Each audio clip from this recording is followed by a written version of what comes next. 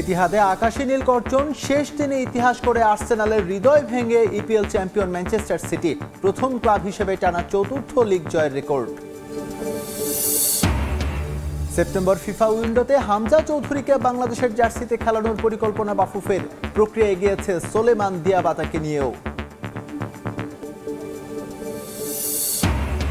অবশেষে অনুকূল আবহাওয়ায় যুক্তরাষ্ট্রের টেক্সাসে প্রথম অনুশীলন বাংলাদেশের, টাইগারদের নিয়ে অতিরিক্ত সমালোচনা বন্ধের অনুরোধ নান্নুর। আইপিএলের অভিজ্ঞতা জুনিয়রদের সঙ্গে শেয়ার করে বিশ্বকাপে কাজে লাগাতে চান মোস্তাফিজ, বললেন সাকিব মাহমুদুল্লাহরা মাঠে থাকলে যে কোনো চ্যালেঞ্জ মোকাবেলা করা সম্ভব। এবং লোয়ার মিডল অর্ডার নিয়ে অতিরিক্ত পরীক্ষা নিরীক্ষার বলি হচ্ছেন ক্রিকেটাররা, ক্ষুব্ধ সোহান সংকটের জন্য দায়ী করলেন নীতি নির্ধারকদের ধৈর্যের অভাবকে।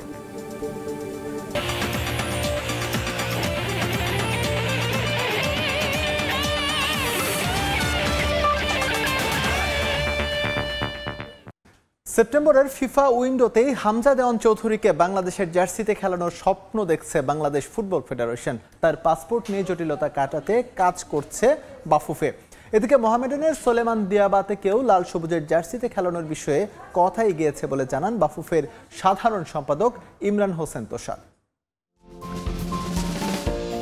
বেশ কিছুদিন ধরেই দেশের ফুটবলে আলোচনায় হামজা দেওয়ান চৌধুরী।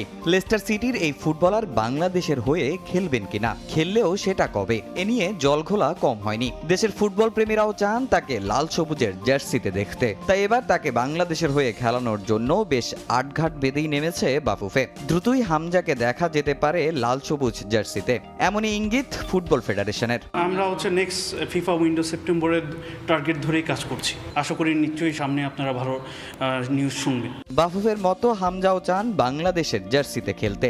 বাংলাদেশি পাসপোর্টের জন্য আবেদনও করতে যান তিনি, তবে কিছু জটিলতায় তা আর সম্পূর্ণ হয়নি। যদিও এবার বাফুফে উদ্যোগ নিয়েছে সমস্যা সমাধানের। ইংল্যান্ডে অবস্থিত বাংলাদেশ দূতাবাসের রাষ্ট্রদূতের সাথে কথা বলেছে এবং রাষ্ট্রদূত নিজে হামজা ফ্যামিলির সাথে কথা বলেছে। পরবর্তীতে হামজা যখনই যাবে তাকে আমরা সর্বাত্মক সহযোগিতা করবে দূতাবাস থেকে, আর আমরাও যোগাযোগের মধ্যে রয়েছি। ইতিমধ্যেই জানেন আমরা জামাল প্লাস তারেক কাজী এই নিয়ে কাজ করেছে, তো আমরা পরবর্তী যে পদক্ষেপ আমরা অলরেডি কাজ শুরু করেছি। হামজা ছাড়াও বাফুফের সঙ্গে কথা এগিয়েছে মোহামেডানের সোলেমান দিয়াবাতের সঙ্গে। মালির এই ফুটবলার অনেক আগেই আগ্রহ প্রকাশ করেছিলেন বাংলাদেশের হয়ে খেলতে, যদিও তাকে লাল সবুজের জার্সিতে খেলাতে বাফুফের বিবেচনায় রাখতে হবে অনেক কিছু। তারপরও তাকে নিয়ে বেশ আশাবাদী বাংলাদেশ ফুটবল ফেডারেশন। দিয়াবাতের সাথে কিন্তু আমরা বসেছিলাম, সে জানিয়েছে যে এরকম সে ডুয়েল সিটিজেন নিতে পারবে। তো পরবর্তীতে আমাদের এখন ইমিগ্রেশন স্বরাষ্ট্র মন্ত্রণালয়ের সাথে আমরা যোগাযোগ শুরু করছি, যাতে তার ইমিগ্রেশনে বাংলাদেশে অবস্থানকালের সময়টা আমরা জানতে পারি। এটা one of the criteria for ফিফার অ্যাপ্লিকেশনের জন্য। এবারের বাংলাদেশ প্রিমিয়ার লিগে দারুণ ছন্দে আছেন দিয়াবাতে। এখন পর্যন্ত লিগে 15 গোল করে সর্বোচ্চ গোলদাতার তালিকায় দ্বিতীয় স্থানে আছেন মালির এই ফুটবলার। তামিম হোসেন, সময় সংবাদ, ঢাকা। এবার ক্রিকেট প্রসঙ্গ। অবশেষে যুক্তরাষ্ট্রে অনুশীলন করার সুযোগ পেল বাংলাদেশ। প্রেরি ভিউ ক্রিকেট কমপ্লেক্সে রোববার প্রথম অনুশীলন সেশন সম্পন্ন করেন চান্দিকা হাথুরু সিংহের শিষ্যরা। টেক্সাসে ভয়াবহ ঘূর্ণিঝড়ের কারণে হিউস্টনে পৌঁছেও ঘরবন্দি ছিলেন শান্তরা। তবে ম্যাচ ভেন্যু অনুশীলন উপযোগী হয়ে ওঠায় সেখানে গা ঝালিয়ে নেওয়ার সুযোগ পায় টিম বাংলাদেশ। অবশেষে স্বস্তির উপলক্ষ বাংলাদেশের বিশ্বকাপ বহরে। যুক্তরাষ্ট্রে খোলা আকাশের নিচে ক্রিকেটারদের প্রথম অনুশীলন। টেক্সাসে ভয়াবহ ঘূর্ণিঝড়ের কারণে এই কদিন ঘরবন্দি হয়ে সময় কাটিয়েছেন শান্তরা। প্রেরি ভিউ ক্রিকেট কমপ্লেক্সে অনুশীলন করে সেই আক্ষেপ ঘুচল হাতুরু শিষ্যদের। যুক্তরাষ্ট্রে শুধু বিশ্বকাপ নয়, সেখানে স্বাগতিকদের বিপক্ষে আছে বাংলাদেশের 3 ম্যাচের টি-20 সিরিজ। লক্ষ্য আসর শুরুর আগে কন্ডিশনের সঙ্গে নিজেদের খাপ খাইয়ে নেয়া। তবে হিউস্টনের বৈরী আবহাওয়ায় তৈরি হয়েছিল শঙ্কা। এমনকি সিরিজের প্রথম ম্যাচ নির্ধারিত সময়ে মাঠে গড়াবে কিনা তা নিয়েও ছিল সংশয়। দীর্ঘ ২৬ ঘন্টার ভ্রমণ শেষে একদিন বিশ্রামের পর হিউস্টনে বাংলাদেশের প্রথম অনুশীলন করার কথা ছিল শনিবার। তবে ঝড়ে প্রেরি ভিউ ক্রিকেট কমপ্লেক্স ক্ষতিগ্রস্ত হওয়ায় জিম সেশনেই সীমাবদ্ধ ছিল প্রস্তুতি। এদিন ম্যাচ ভেন্যুতে এসে তাই লম্বা সময় ওয়ার্ম আপ করেন ক্রিকেটাররা। এরপর 2 ভাগে ভাগ হয়ে ফুটবল ম্যাচ খেলতে দেখা গেছে তাদের। যুক্তরাষ্ট্রের প্রথম অনুশীলন সেশনে সবাই একসঙ্গে গা ছালিয়ে নিলেও আলাদা সেশন করেছেন পেসার তাসকিন আহমেদ। ইনজুরি সঙ্গে করেই বিশ্বকাপ বহরে যুক্ত হয়েছেন তিনি। টুর্নামেন্ট শুরুর আগে তাকে ফিট করে তোলার সর্বোচ্চ চেষ্টা চালিয়ে যাচ্ছে ম্যানেজমেন্ট। এদিন ফিজিওকে নিয়ে আলাদা সেশন করেন ঢাকা এক্সপ্রেস। আগামী 21শে মে সিরিজের প্রথম টি-20তে যুক্তরাষ্ট্রের মুখোমুখি হবে টিম বাংলাদেশ। তার আগে আর মাত্র একদিন অনুশীলন করার সুযোগ পাবেন শান্ত সাকিবরা। প্রস্তুতিতে ঘাটতি থাকলেও ম্যাচের মধ্য দিয়ে তা কাটিয়ে উঠতে চান ক্রিকেটাররা। একই সঙ্গে ধারণা নিতে চান আবহাওয়া এবং সেখানকার পিচ কন্ডিশন সম্পর্কেও। এস এম ইকবাল, সময় সংবাদ। আসন্ন বিশ্বকাপে আমেরিকার মাটিতে কঠিন চ্যালেঞ্জ অপেক্ষা করছে বাংলাদেশের জন্য। ভিন্ন কন্ডিশনের সঙ্গে মানিয়ে নিতে আসন্ন 3 ম্যাচের টি-20 সিরিজে নিজেদের গুছিয়ে নেওয়ার শেষ সুযোগ বলছেন সাবেক টাইগার অধিনায়ক মিনহাজুল আবেদিন নান্নু। স্কোয়াড নিয়ে আর কোনো সমালোচনা না করে এই দলটাকে সমর্থন করার আহ্বান তার। আমরা যেখানে খেলতে যাচ্ছি, যে প্রথম দুটো ম্যাচ যেখানে হবে, ওখানে 96-এর পরে কিন্তু আমরা কোনো ম্যাচ খেলিনি। এটা আমাদের জন্য একটা ডিসঅ্যাডভান্টেজ আছে। আর এমন দুটো ভেন্যুতে খেলা, ড্যালাসে এক কন্ডিশন, আপনি নিউ ইয়র্কে এসে আরেক কন্ডিশন পাবেন। তো ডিফারেন্ট টাইপ অফ ওয়েদার আছে। এখন সবচেয়ে বড় ইম্পর্টেন্ট এই যে 3টা ইউএসের সাথে ম্যাচ আছে, এগুলি হলে, এবং প্র্যাকটিস ম্যাচ আছে আরও 2টা অফিসিয়ালি, যেটা টি-20, এগুলোর অ্যাডজাস্টমেন্টটা যদি যত তাড়াতাড়ি করা যাবে তত তাড়াতাড়ি টিমের অ্যাডজাস্টমেন্টটা হবে। ইনশাআল্লাহ আশা করি ফার্স্ট ম্যাচ থেকে ভালো ক্রিকেটটা দেখতে পাবো। এখন দল 15 জনের স্কোয়াড হয়ে গিয়েছে, এখানে আর কোনো কথা নেই। এটা আমাদের বেস্ট স্কোয়াড, এটাকে এখন সাপোর্ট করতে হবে। এটা আমাদের দেশের প্রেজেন্ট করছে এবং আমাদের দেশকে আমরা ভালোবাসি, আমাদের দেশকে সাপোর্ট করতেই হবে। চাপ নিতে ভালোবাসেন মুস্তাফিজুর রহমান, আর এজন্যই সংক্ষিপ্ত সংস্করণ পছন্দ টাইগার পেসারের। দেশের হয়ে খেলতে গর্ববোধ করেন কাটার মাস্টার তাসকিন শরীফুলদের সঙ্গে ভাগাভাগি করেছেন আইপিএলে খেলার অভিজ্ঞতাও। সাকিব মাহমুদুল্লাহরা মাঠে থাকলে যে কোনো কঠিন পরিস্থিতি সামলানো সহজ বলে জানান ফিজ। অভিষেকে মহেন্দ্র সিং ধোনির ভারতকে চমকে দেয়া মুস্তাফিজ এখন ক্রিকেট বিশ্বে অনুকরণীয়। মায়াবী কাটারে পরাস্ত করেছেন বিশ্বের বাঘা বাঘা ব্যাটসম্যানদের। দিন দিন নিজেকে পরিণত করায় ফ্র্যাঞ্চাইজি লিগগুলোতেও চাহিদা বেড়েছে টাইগার পেসারের। ভারতের আইপিএল থেকে শুরু করে অন্যান্য সব ফ্র্যাঞ্চাইজি লিগে বাংলাদেশ থেকে সবার আগে ডাক আসে ফিজের। টেস্ট না খেলে আইপিএলকে প্রাধান্য দেয়া ফিজের এমন সিদ্ধান্তে হয়েছে সমালোচনা। তবে কাটার মাস্টারের কাছে সবার আগে দেশ। দেশের হয়ে খেলাটা একটা গৌরবের বিষয়। আমি সবসময় এনজয় করি দেশের হয়ে খেলাটা। এই ফরম্যাটটা বেশি প্রেশার, এই কারণে আমার মনে হয় ভালো লাগে। আমি প্রেশারটাও অনেক এনজয় করি। এবার চেন্নাই সুপার কিংসে মুস্তাফিজ খেলেছেন ক্যাপ্টেন কুল মহেন্দ্র সিং ধোনির সঙ্গে। বিশ্বের শীর্ষ ফ্র্যাঞ্চাইজি লিগে অতীতে খেললেও এবারের অভিজ্ঞতাটা বিশেষ ফিজের কাছে। আনাফের আপনার সমস্যা ছিল যে আমি বোলিং করলে আমার ওভার স্টেপ হইতো। 9-10-এ থাকতে কোচ বলছিল যে না, তুই এই জায়গা থেকে শুরু কর, এইভাবে শুরু কর। ওইটা রয়ে গেছে, তেমন ওইটাই থেকেই তো ওইভাবে হয়ে গেছে না। আমি যে জায়গায় খেলে না কেন, আমাদের দেশের পতাকা থাকলে তো এমনি আমার না, শুধু আমাদের সবারই ভালো লাগার বিষয়, আর ভালো লাগেই।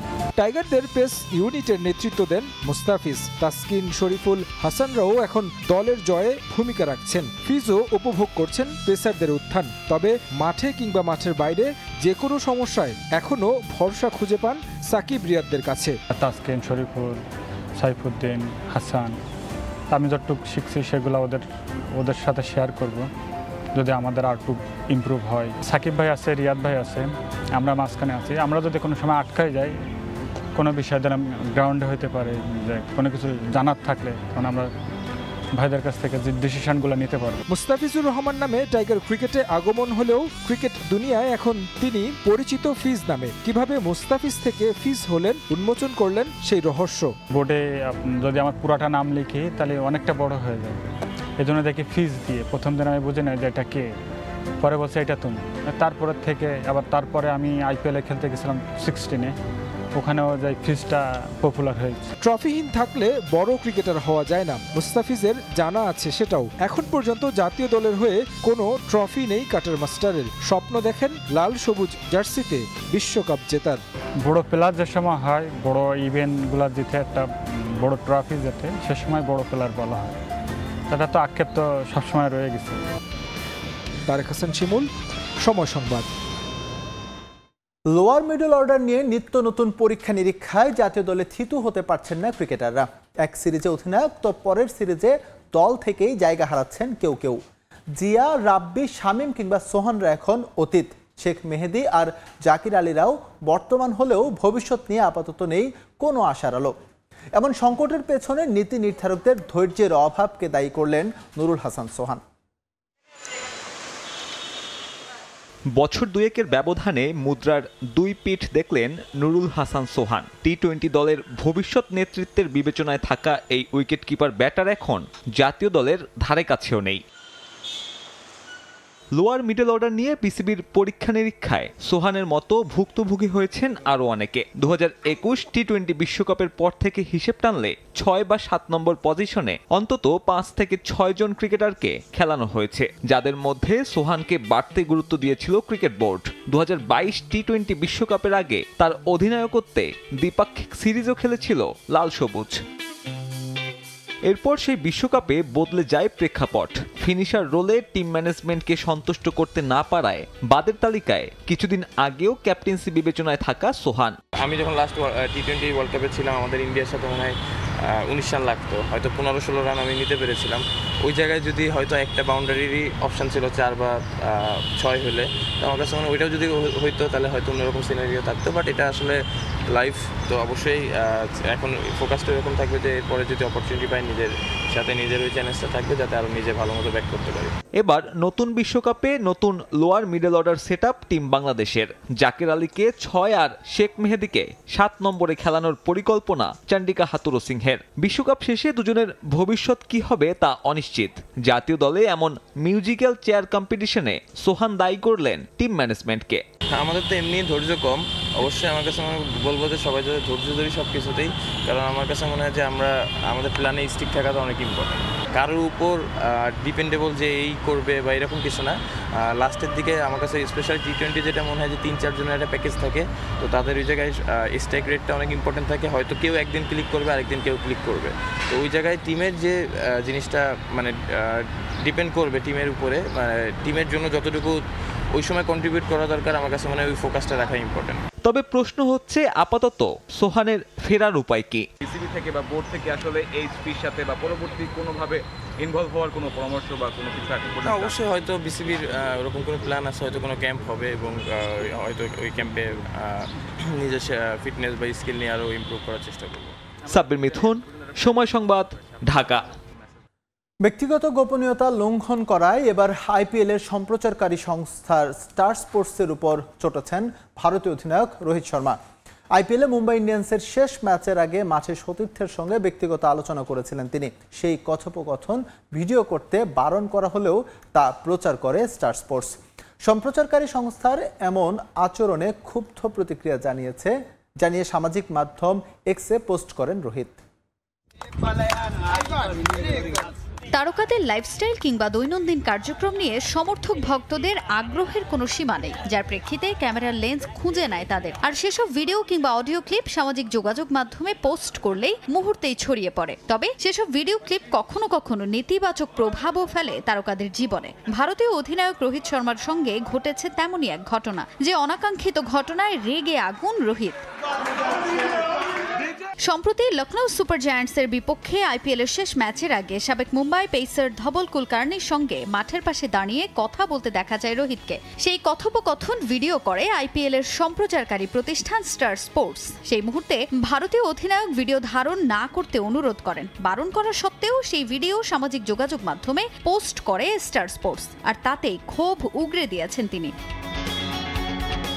ক্রিকেটারদের ব্যক্তিগত জীবন, কথাবার্তা নিয়ে সম্প্রচারকারী সংস্থাগুলোর এমন হস্তক্ষেপে ক্ষুব্ধ রোহিত সামাজিক মাধ্যম এক্সে পোস্ট করেছেন। খেলোয়াড়দের ব্যক্তিগত কথোপকথনের ভিডিও ধারণ করে তা ছড়িয়ে দেয়াকে অনৈতিক বলেও মন্তব্য করেছেন হিটম্যান। ক্রিকেটারদের জীবনে এখন এতটাই অহেতুক অনুপ্রবেশ ঘটেছে যে প্রতিটি পদক্ষেপ এবং ব্যক্তিগত স্তরে আমাদের বন্ধু সতীর্থদের সঙ্গে আলোচনার প্রতিটি মুহূর্ত ক্যামেরায় রেকর্ড হচ্ছে, সেটা ট্রেনিং কিংবা ম্যাচের দিন হোক। স্টার স্পোর্টসকে আমার কথোপকথনের ভিডিও রেকর্ড করতে বারণ করা সত্ত্বেও ওরা সেটাই করেছে এবং ভিডিওটিকে সম্প্রচারও করেছে, যাতে ব্যক্তিগত গোপনীয়তা লঙ্ঘন করা হয়েছে। শুধুমাত্র এক্সক্লুসিভ কন্টেন্ট ভিউ ও এনগেজমেন্টের জন্য যা চলছে তাতে সমর্থক এবং এক ক্রিকেটারের সঙ্গে আরেক ক্রিকেটারের সম্পর্ক ভেঙে যাবে। সুবুদ্ধির উদয় হোক। মূলত স্টার স্পোর্টসকে ভিডিও করতে বারণ করা হয় দলের মধ্যে ভুল বোঝাবুঝির অবসান ঘটাতে। এবারের আইপিএলে মুম্বাই ইন্ডিয়ান্সের অধিনায়কের দায়িত্ব থেকে রোহিতকে সরিয়ে দেওয়া হলে দলে অন্তর্কোন্দল শুরু হয়। যেই দলটাকে 5 বার আইপিএলের শিরোপা জিতিয়েছেন রোহিত, সেই মুম্বাইয়ের অধিনায়কত্ব ছাড়াটা তার জন্য ছিল কষ্টের। সেসব কথোপকথনই রোহিতের অনুমতি ছাড়া ভিডিও করে নেটিজেনদের মাঝে ছড়িয়ে দেয় স্টার স্পোর্টস, আর তাতেই তুমুল সমালোচনার মুখে পড়তে হয় ভারতীয় অধিনায়ককে। সে কারণেই ভিডিও ধারণ করতে বারণ করে হিটম্যান। তাজিন খন্দকার, সময় সংবাদ। আইপিএলে টানা সূচির কারণে বিশ্বকাপের প্রস্তুতি ঠিকভাবে নেওয়া সম্ভব হবে না ভারতের। 26 মে আইপিএলের ফাইনাল শেষে প্রস্তুতির জন্য খুব একটা সময় পাবে না কোহলিরা। বিশ্বকাপের চেয়ে আইপিএলকে প্রাধান্য দেয়ায় বিসিসিআইয়ের কড়া সমালোচনা করেছেন টিম ইন্ডিয়ার সাবেক ক্রিকেটার হরভজন সিং। বিশ্বকাপের আগে অন্তত 4 থেকে 5টি ম্যাচ খেলতে পারলে প্রস্তুতি আরও ভালো হতো বলেও ক্ষোভ প্রকাশ করেন এই স্পিনার। বিসিসিআই আইপিএলের অর্থের মোহ কাটাতে পারেনি বলে টানা ম্যাচ রেখেছে বলেও দাবি করেন হরভজন। 2007 সালে টি-20 বিশ্বকাপের প্রথম আসরের শিরোপা উঁচিয়ে ধরেছিল ভারত। 2011 সালে ওয়ানডে বিশ্বকাপ জয়ের 2 বছর পর আইসিসি চ্যাম্পিয়ন্স ট্রফিও ঘরে তোলে টিম ইন্ডিয়া। মাঝে দুবার আইসিসি টেস্ট চ্যাম্পিয়নশিপের কাছে এসেও রানার্স আপ হয়েই সন্তুষ্ট থাকতে হয় ভারতকে। 2013 সালের পর আইসিসির কোনো আসরেই চ্যাম্পিয়ন হতে পারেনি কোহলিরা। গেল বছর নিজ দেশে আয়োজিত বিশ্বকাপে অপ্রতিরোধ্য থেকেও ফাইনালের মঞ্চে অস্ট্রেলিয়ার কাছে শিরোপা হারায় ভারত। বছর ঘুরে আরও একটি বিশ্বকাপ, এবারও কি শিরোপা খরা কাটবে না টিম ইন্ডিয়ার? ঘুরে ফিরে এই প্রশ্নই উকি দিচ্ছে সমর্থকদের মনে। টি-20 র্যাঙ্কিংয়ের শীর্ষে ভারত, অথচ বিশ্বকাপের আগে কোনো দ্বিপাক্ষিক সিরিজের নাম নেই তাদের। বাংলাদেশের বিপক্ষে শুধুমাত্র একটি ওয়ার্ম আপ ম্যাচ খেলবে টিম ইন্ডিয়া। তবে এ নিয়ে ভাবছে কই বিসিসিআই? 26 মে শেষ হবে ইন্ডিয়ান প্রিমিয়ার লিগ আইপিএল। ফাইনালের পর একসঙ্গে অনুশীলনের জন্য খুব একটা সময় পাবে না কোহলিরা। 5 June Nassau county international cricket স্টেডিয়ামে আয়ারল্যান্ডের বিপক্ষে ম্যাচ দিয়ে বিশ্বকাপ অভিযান শুরু হবে ভারতের। তার আগে একটি প্রস্তুতি ম্যাচ ছাড়া আর কোনো খেলা নেই টিম ইন্ডিয়ার, অথচ বিশ্বকাপের আগে বেশিরভাগ দেশই দ্বিপাক্ষিক সিরিজে ব্যস্ত সময় পার করছে। যুক্তরাষ্ট্রের কন্ডিশনে ম্যাচ না খেলার বিরূপ প্রভাব পড়তে পারে ক্রিকেটারদের পারফরমেন্সে, এমনটাই মনে করেন সাবেক ক্রিকেটার হরভজন সিং। আইপিএলকে প্রাধান্য দিতে গিয়ে ম্যাচের দিকে কোনো মনোযোগ দেয়নি বিসিসিআই। জাতীয় দলের চেয়ে অর্থের মোহই তাদের কাছে বেশি গুরুত্ব পেয়েছে বলেও মনে করেন হরভজন। আইপিএলের ঠাসা সূচির কড়া সমালোচনা করেছেন তিনি। আইপিএল আরও আগে শেষ করা উচিত ছিল বিসিসিআইয়ের, কারণ বিশ্বকাপের জন্য আলাদা প্রস্তুতি প্রয়োজন। কন্ডিশনের সঙ্গে মানিয়ে নিতে হলে ভারতের কমপক্ষে 4 থেকে 5টি ম্যাচ খেলার প্রয়োজন। ইংল্যান্ড বা অস্ট্রেলিয়ার মতো দলের বিপক্ষে ম্যাচ খেলতে পারলে ভালো হতো, কিন্তু সে সুযোগ দল পাচ্ছে না। বিসিসিআইয়ের আরও সতর্ক হওয়া দরকার ছিল। এখন আমাদের কাছে যে ছোট সুযোগ রয়েছে তার যথার্থ ব্যবহার করা দরকার। দলের ভালো চাইলে এবছর অন্তত আইপিএলের ম্যাচের চেয়ে বিশ্বকাপের প্রস্তুতিকে প্রাধান্য দেওয়া উচিত ছিল বলে জানান হরভজন সিং। পারভিন আক্তার, সময় সংবাদ। সৌদি আরবে চমৎকার সময় কাটালেন ক্রিস্টিয়ানো রোনালদো এবং Neymar. Riyadh heavyweight championship crown ম্যাচে দেখা হয় এই দুই ফুটবল সুপারস্টারের। একে অপরের সঙ্গে কুশল বিনিময় করার পাশাপাশি হাস্যরসে মেতে ওঠেন দুই ফুটবল গ্রেট। তাদের কোলাকুলি করার ছবি ভাইরাল হয়ে যায় নেট দুনিয়ায়। ক্যারিয়ারের পিক টাইমে রোনালদো নেইমার ছিলেন একে অপরের প্রতিদ্বন্দ্বী হয়ে, তবে খেলার মাঠের বাইরে তাদের পারস্পরিক সম্পর্কে শ্রদ্ধাবোধের যে কোনো কমতি নেই তার উদাহরণ হতে পারে এই ছবি। দুই ফুটবল গ্রেটের এমন হাস্যোজ্জ্বল মুহূর্ত ধরা পড়ে রিয়াদ হেভিওয়েট চ্যাম্পিয়নশিপের ক্রাউন ম্যাচে। সৌদি আরব পাড়ি জমানোর পর এর আগেও হেভিওয়েট বক্সিং চ্যাম্পিয়নশিপ দেখতে গেছেন রোনালদো। এদিন টাইসন ফিউরি এবং আলেকজান্ডার ইউসেকের হাই ভোল্টেজ ম্যাচে রন থাকবেন তা জানা গিয়েছিল আগেই, তবে সেখানে হুট করে হাজির হন নেইমার। ব্রাজিলিয়ান তারকার উপস্থিতিতে এই ক্রাউন ম্যাচ পায় ভিন্ন মাত্রা।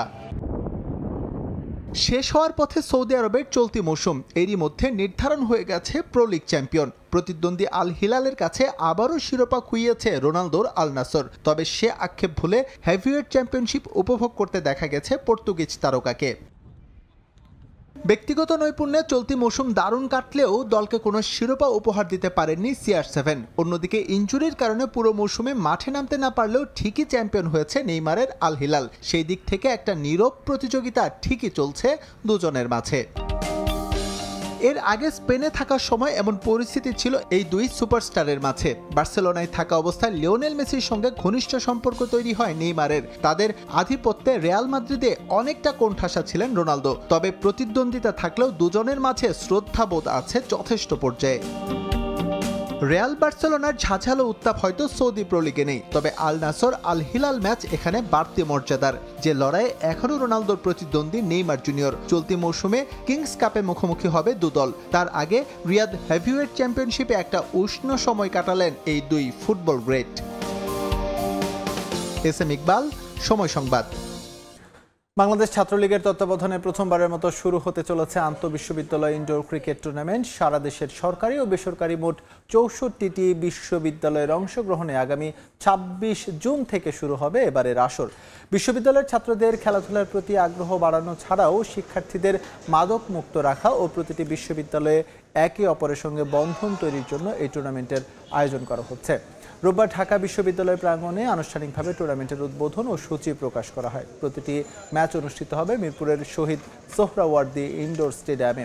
আর 26 জুন শুরু হয়ে টুর্নামেন্ট চলবে আগামী 2 জুলাই পর্যন্ত। জয়পুরহাটে 3 দিনব্যাপী সিতো রিউ কারাতে প্রশিক্ষণ কর্মশালা শেষ হয়েছে। ভারত এবং নেপাল থেকে আসা দক্ষ কোচদের কাছ থেকে প্রশিক্ষণ পেয়ে উচ্ছ্বসিত অংশগ্রহণকারী শিক্ষার্থীরা। আয়োজকরা বলছেন, দেশে কারাতের মান উন্নয়নের লক্ষ্যে আন্তর্জাতিক মানের কোচদের তত্ত্বাবধানে এমন কর্মশালার আয়োজন করা হয়েছে। বিস্তারিত শহীদুল ইসলাম সবুজের রিপোর্টে। আত্মরক্ষার কৌশল হিসেবে জয়পুরহাটে বেশ জনপ্রিয় কারাতে প্রশিক্ষণ। বিভিন্ন বয়সের ছেলেমেয়েরা যেখানে অংশ নিয়ে থাকে। নিরাপত্তা নিশ্চিত ও মনোবল বৃদ্ধির জন্য অনেকে প্রশিক্ষণ নিলেও প্রায় 30 বছর ধরে শিক্ষার্থীরা দেশ বিদেশের বিভিন্ন আসর থেকে পদক আনছেন নিয়মিত। প্রতিদিনই জয়পুরহাট জেলা স্টেডিয়ামের সবুজ চত্বরে এভাবেই কারাতে প্রশিক্ষণ নেয় বিভিন্ন বয়সী 60 জনের বেশি শিক্ষার্থী।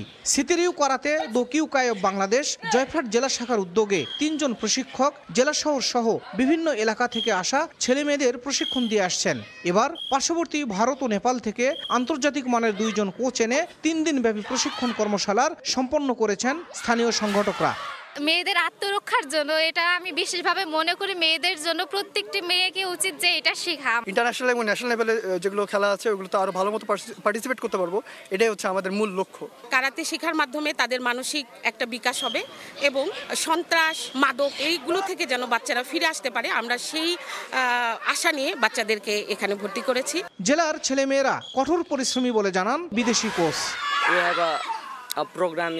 আবহাওয়া খুব একটা সুবিধাজনক না হলেও এখানে কারাতে প্রশিক্ষণ নিতে অনেকেই এসেছে। তারা সবাই বেশ ভালো করছে। কারাতে সম্পর্কে সবারই ভালো ধারণা আছে। তাদের স্ট্যামিনার প্রশংসা করতেই হয়। বেসিক স্কিল সহ বিভিন্ন টেকনিক নিয়ে তাদের সঙ্গে কাজ করেছি। আয়োজকরা বলছেন, কারাতের মান উন্নয়নের পাশাপাশি মানসিক বিকাশ, শারীরিক উন্নয়ন, সুস্থতা সহ নিরাপত্তার বিষয়টি নিশ্চিত করতেই এমন আয়োজন। যাতে নারী এবং শিশুরা খেলাধুলার পাশাপাশি তাদের শারীরিক উন্নয়ন, মানসিক বিকাশ এবং তাদের সুস্থতা সহ তাদের নিরাপত্তার বিষয়টি যেন তারা নিশ্চিত করতে পারে, এটাই আমাদের প্রচেষ্টা। জেলা ক্রীড়া পক্ষ থেকে সার্বিক সহযোগিতা দিয়ে আসছি, দিব। এবং কিউকাই বাংলাদেশ যে সিতেরিউ কারাতে যে কার্যক্রম জয়পুরহাটে, তাদের একটি মাত্র এটা ঐতিহ্যবাহী একটি সংগঠন। এই সংগঠনের সার্বিক সফলতা আমি কামনা করছি। 3 দিনের প্রশিক্ষণ শেষে জয়পুরহাট ও পার্শ্ববর্তী নওগাঁর ধামরহাট উপজেলার 60 জন ছেলে মেয়েকে সনদ তুলে দেওয়া হয়। শাহিদুল ইসলাম সবুজ, সময় সংবাদ, জয়পুরহাট। এদিকে জয়পুরহাটে শেষ হলো police super FIDE standard rating আন্তর্জাতিক দাবা টুর্নামেন্ট। এই আসরে অংশ নেন শিশু কিশোর, যুবক সহ বয়োজ্যেষ্ঠ দাবাড়ুরাও। বাংলাদেশ ও ভারতের মোট 68 জন দাবাড়ু অংশ নেন টুর্নামেন্টে। প্রতিযোগিতায় চ্যাম্পিয়ন হয়েছে ঢাকার মাসুম হোসেন, প্রথম রানার আপ ভারতের স্নেহা হালদার, দ্বিতীয় রানার আপ ভারতের মান্না চিরঞ্জিত ও তৃতীয় রানার আপ হয়েছেন কুষ্টিয়ার নিশীত কুমার। সমাপনী দিনে বিজয়ীদের হাতে পুরস্কার তুলে দেন জেলা প্রশাসক ও পুলিশ সুপার। এই ধরনের আয়োজনকে প্রশংসা করেছেন জেলা প্রশাসক। আর এমন টুর্নামেন্টে অংশ নিতে পেরে উচ্ছ্বসিত দাবাড়ুরাও। এই বুদ্ধিভিত্তিক এই দাবা খেলার চর্চার মাধ্যমে আমাদের যুব সমাজের যে আজকে অবক্ষয় শুরু হয়েছে, তারা যে মাদকের দিকে ধাবিত হচ্ছে, তারা যে ডিজিটাল ক্রাইমে আসক্ত হয়ে যাচ্ছে, সেখান থেকে তাদেরকে দূরে সরিয়ে এনে আজকে আমরা এপার বাংলা ওপার বাংলার যে মেলবন্ধন এখানে দেখতে পেয়েছি, আমরা অত্যন্ত আনন্দিত এবং আমরা উৎফুল্ল হয়েছি। আগের বছরও আমরা এখানে এসেছিলাম খেলতে, ওটাও টুর্নামেন্টটা ভালোই গেছিল এবং এখনও খুবই ভালো যাচ্ছে। অনেক আনন্দিত এবং উৎফুল্ল, খেলার পরিবেশটা খুব সুন্দর, অসাধারণ অ্যারেঞ্জমেন্ট, জবাব নেই। সেপ্টেম্বর ফিফা উইন্ডোতে হামজা চৌধুরীকে বাংলাদেশের জার্সিতে খেলানোর পরিকল্পনা বাফুফের, প্রক্রিয়ায় গিয়েছে সোলেমান দিয়াবাতেকে নিয়েও। এবং অবশেষে অনুকূল আবহাওয়ায় যুক্তরাষ্ট্রের টেক্সাসে প্রথম অনুশীলন বাংলাদেশের, টাইগারদের নিয়ে অতিরিক্ত সমালোচনা বন্ধের অনুরোধ নান্নুর।